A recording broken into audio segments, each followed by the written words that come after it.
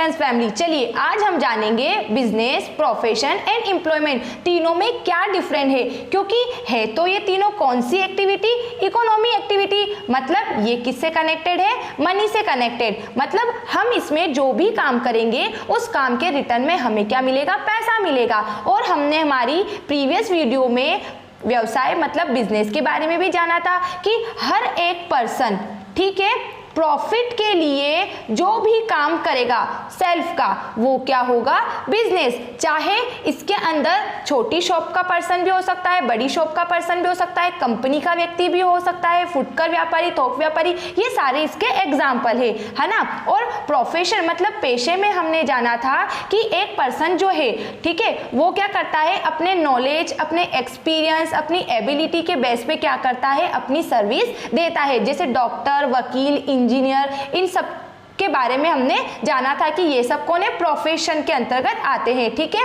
और एम्प्लॉयमेंट में हमने पढ़ा था कि हमारे समाज में दो तरह के व्यक्ति होते हैं, एक धनी व्यक्ति और एक निर्धन व्यक्ति। तो धनी वर्ग का व्यक्ति जो होता है उसके पास पैसा होता है तो वह किसी भी कार्य को अपने पास जो पैसा होता है उससे कर लेता है। लेकिन जो निर्धन व्यक्ति होता है उसे अपनी जीविका चलाने के लिए पैसे की आवश्यकता होती है। तो ऐसी कंडीशन में ये किसी सेकंड पर्सन के पास काम के लिए जाता है। तो जो पर्सन उसे काम देता है, फिर काम के बदले में उसे जो कुछ भी धनराशि प्राप्त होती है तो वो क्या कहलाता है, रोजगार। जैसे बैंक कर्मचारी देखो, पुलिस कर्मचारी देखो, ये सब किसके अंतर्गत आते हैं, एम्प्लॉयमेंट के अंदर, ठीक है। तो अब हम इनके डिफरेंस को कुछ पॉइंट से पढ़ेंगे। फर्स्ट इसमें दिया गया है प्रतिफल मतलब रिवॉर्ड, कि जब आप बिजनेस करते हो तो उसके रिटर्न में आपको क्या मिलता है, प्रॉफिट मतलब लाभ की प्राप्ति होती है। प्रोफेशन में आपको रिटर्न में क्या मिलता है, शुल्क मतलब फीस। आप किसी पेशेंट का ट्रीटमेंट करता है जैसे कोई डॉक्टर, तो उसे रिटर्न में क्या मिलती है, फीस। और एम्प्लॉयमेंट मतलब रोजगार के अंतर्गत हमें क्या मिलता है, हमारे काम के बदले में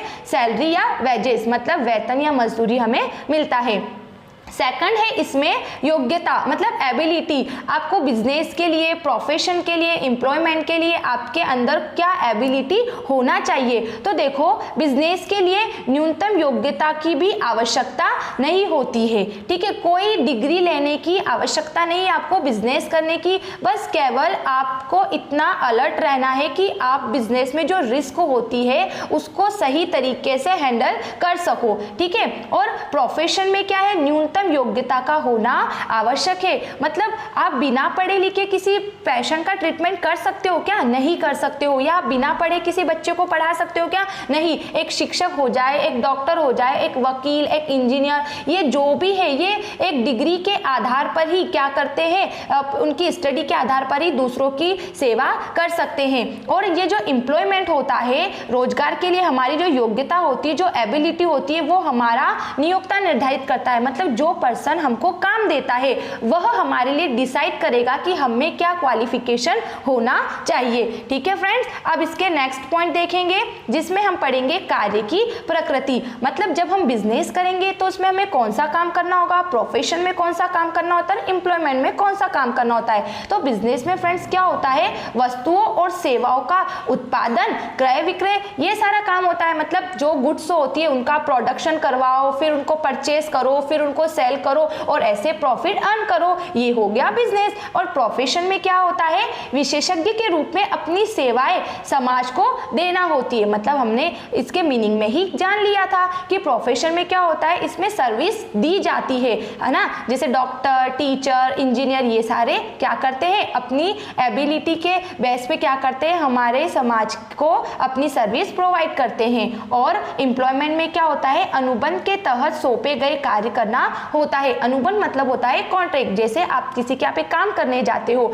तो वह क्या करता है, एक अनुबंध, एक कॉन्ट्रैक्ट आपसे साइन करवाता है जिसमें सारी बातें होती है कि आप कितनी टाइमिंग तक हमारी संस्था में काम करोगे और आपको किस टाइमिंग पर आना है, आपको सैलरी क्या दी जाएगी, इन सब बातों का उसमें लिखा जाता है। और फिर उस बेस पे एम्प्लॉय को अपने काम करने होते हैं। और नेक्स्ट इसमें देखो जोखिम मतलब रिस्क। अब बिजनेस का रूल्स ही क्या है, नो रिस्क नो गेन। मतलब जहां तक आप क्या करोगे, जोखिम को वहन करने की क्षमता नहीं उठा सकते हो, तब तक आप बिजनेस में प्रॉफिट अर्न नहीं कर सकते हो। क्योंकि हम सुनते हैं कि बहुत सी कंपनियां होती है जो 6 महीने या साल भर में क्या हो जाती है, बंद हो जाती है। क्यों हो जाती है? क्योंकि उसमें जो लॉस होता है, तो उस लॉस को वो जो कंपनी के जो सारे व्यक्ति होते हैं वो उसको वहन नहीं कर पाते हैं, और ऐसी कंडीशन में कंपनी को बंद करना होता है या बिजनेस बंद कर देना पड़ता है।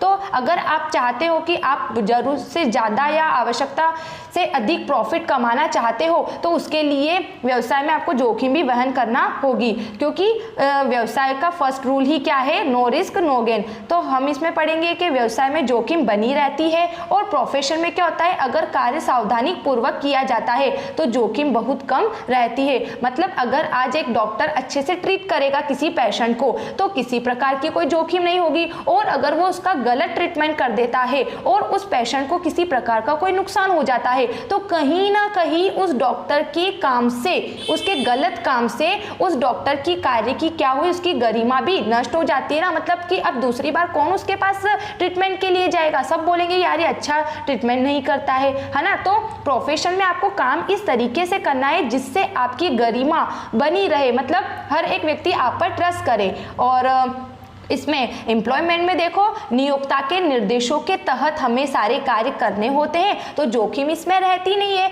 मतलब हमारा ऑनर हमें जो काम करने की बोलेगा हम वही कार्य करेंगे, तो इसमें जोखिम नहीं होगी। और अगर इसमें जोखिम होती भी है तो एम्प्लॉय का उससे कोई कनेक्शन नहीं होता है। जो भी जोखिम होती है ऑनर को ही वहन करना होती है। लास्ट है इसमें आचार संहिता। इसका मतलब होता है कोड ऑफ कंडक्ट, मतलब बिजनेस को करने के कोई रूल्स रेगुलेशन होते हैं या नहीं।